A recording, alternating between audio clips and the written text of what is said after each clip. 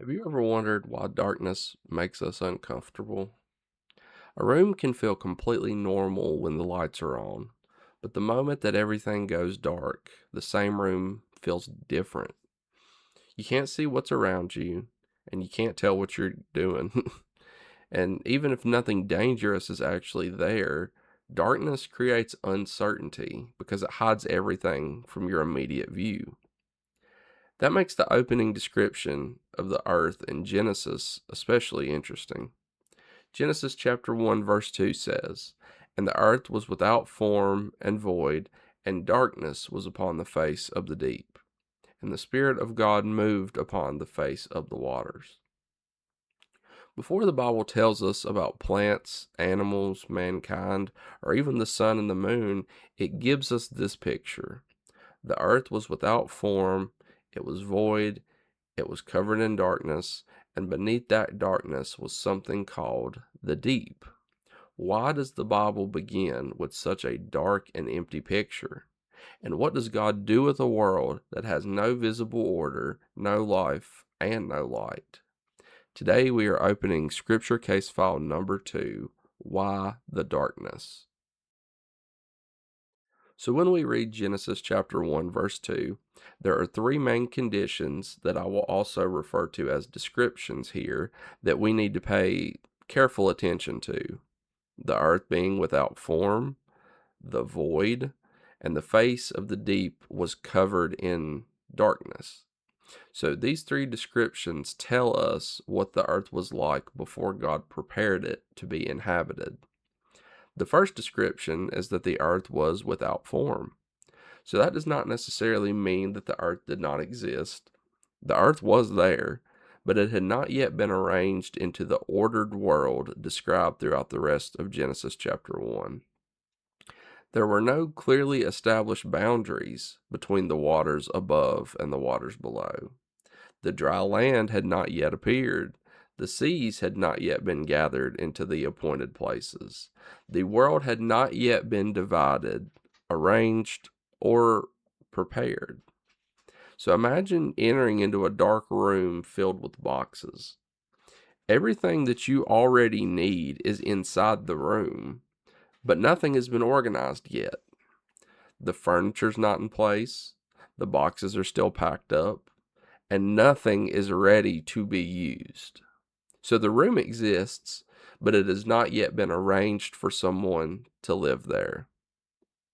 That is a similar picture as to what's happening here in Genesis. The earth existed, but it had not yet been formed into a inhabitable world. Now, the second description is that the earth was void. Another word for void is empty. So there were no trees, animals, birds flying through the air, fish swimming in the seas. There was no man walking upon the earth yet. Essentially, the world had not yet been filled with life. And that helps us understand the structure of Genesis chapter 1. The earth was without form, so God began forming it. The earth was void, so God began filling it. And then the third one, there was darkness. So God commanded light to shine. And this ultimately leads us to our third and final description. Genesis tells us, "And darkness was upon the face of the deep." The most obvious meaning is that there were no visible lights shining upon the earth. God had not yet said, "Let there be light."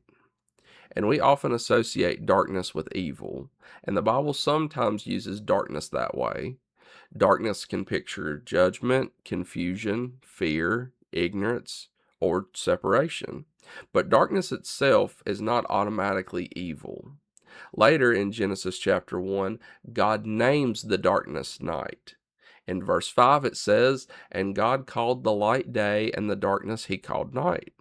So the presence of darkness in Genesis chapter 1 verse 2 does not necessarily mean that darkness was some evil force fighting against God. It simply describes a world that had not yet been illuminated. There was no visible path, there was no distinction between day and night, and there was no light revealing the surface of the earth. So everything was hidden beneath this darkness. The verse then tells us that the darkness was upon the face of the deep. Well, what is the deep? In this passage, the deep appears to refer to the enormous body of water covering the earth. The world was not described as dry land surrounded by oceans, but instead the earth was covered by water. The darkness rested over the surface of those waters. Psalm 104 gives us a similar picture. When we look at this psalm, specifically verses 5 and 6, it says, "Who laid the foundation of the earth, that it should not be removed forever? Thou coverest it with the deep as with a garment, the waters stood above the mountains." The deep is pictured as a garment covering the earth. Job chapter 38 also connects the early seas with a thick darkness. We look at verses 8 and 9 that say, "Or who shut up the sea with doors, when it brake forth, as if it had issued out of the womb? When I made the cloud the garment thereof, the thick darkness a swaddling band for it." So, a good way to look at this is almost like a newborn child being swaddled or wrapped in a blanket. The earth was covered by the deep, and the deep was wrapped in darkness. But the darkness and the waters were not outside of God's control. They were waiting for God to speak. At this point, we have gathered the main evidence. The earth existed, but it had no visible order. It was present, but it was empty, and it was covered by darkness and deep waters. So, what does that evidence tell us exactly? The real mystery in this case file is not simply where the darkness came from. The text does not stop to explain whether this condition was an unfinished stage of creation or the result of an earlier judgment. That question may be important in another investigation, see case file number 1, but it is not the main point of this verse.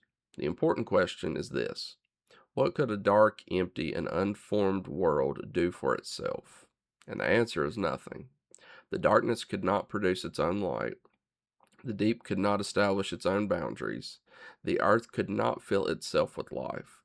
And the unformed world could not organize itself. Every part of creation was completely dependent upon God. That is when we find the most important piece of evidence in the entire passage.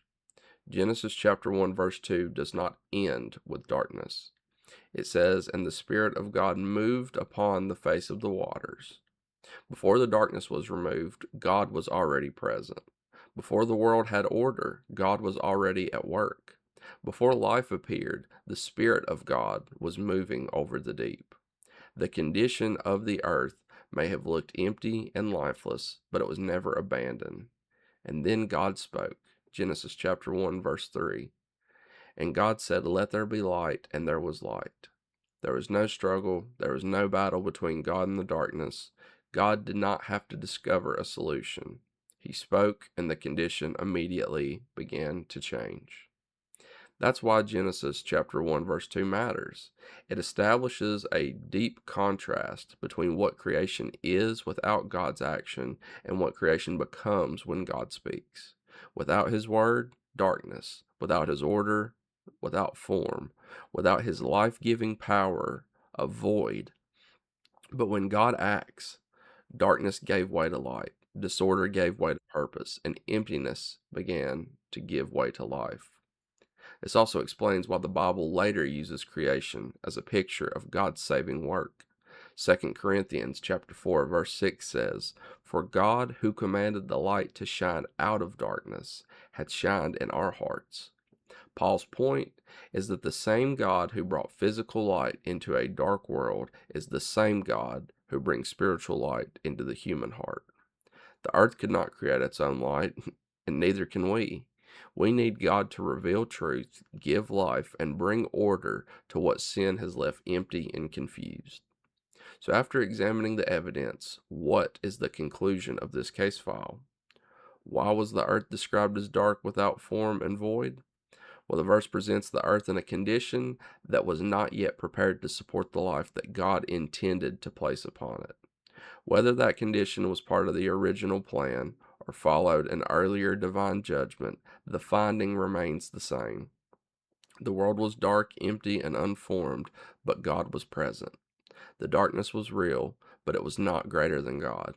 The deep covered the earth, but it was still under God's authority. The world was empty, but God already had a purpose for it. And the earth was without form, but God was about to bring everything into order. So the final verdict in this is that Genesis chapter 1 verse 2 is not primarily a story about the power of darkness. It is a revelation of the power of God over darkness. The case begins with a world that cannot help itself, but the moment that God speaks, everything changes.